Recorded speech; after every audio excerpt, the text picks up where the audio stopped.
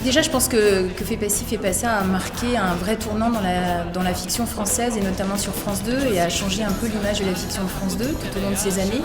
Et on est parti, c'est vrai, d'une série un peu presque expérimentale le samedi à 19h en Access, qui marchait moyennement mais qui avait été saluée comme de qualité pour devenir un grand hit et une série culte du prime de France 2.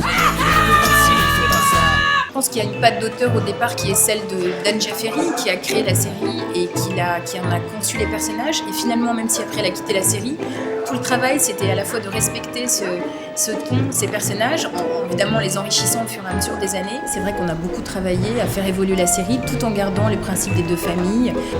Poulet. Salut, ça va? Alors, bonjour. Bonjour Fabienne. Ça va? On a vu grandir les enfants. Excusez-nous, mais les parents, c'est nous. La plupart sont devenus des adultes.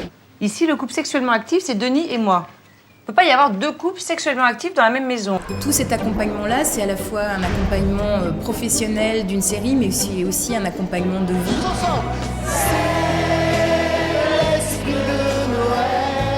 Oui, il en reste plein d'images, plein de fous rires, plein de sourires, plein de soirées passées à regarder les épisodes à la télé en tant que spectateur, en regardant les réactions sur Twitter, en sentant qu'il y avait un engouement.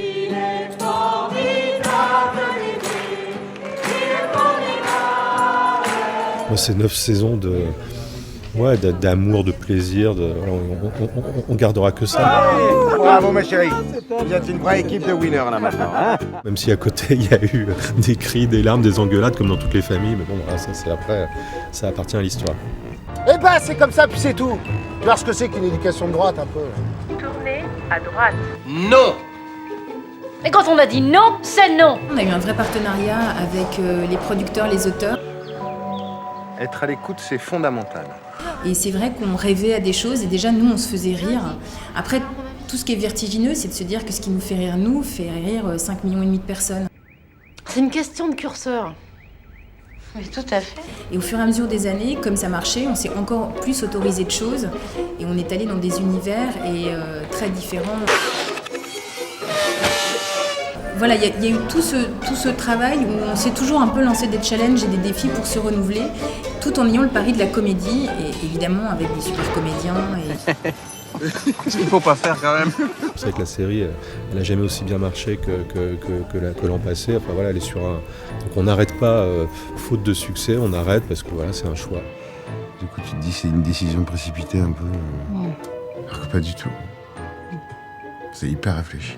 C'est agréable de finir une série en le choisissant, en l'assumant, en l'écrivant pour que ça soit une fin. C'est la dernière fois, hein. C'est la dernière fois. C'est ce que je dis souvent, les enfants ont grandi, c'était une série sur la famille, ils sont en train de vivre leur vie, donc il est normal que la série en tienne compte et qu'on les abandonne comme ça. Voilà.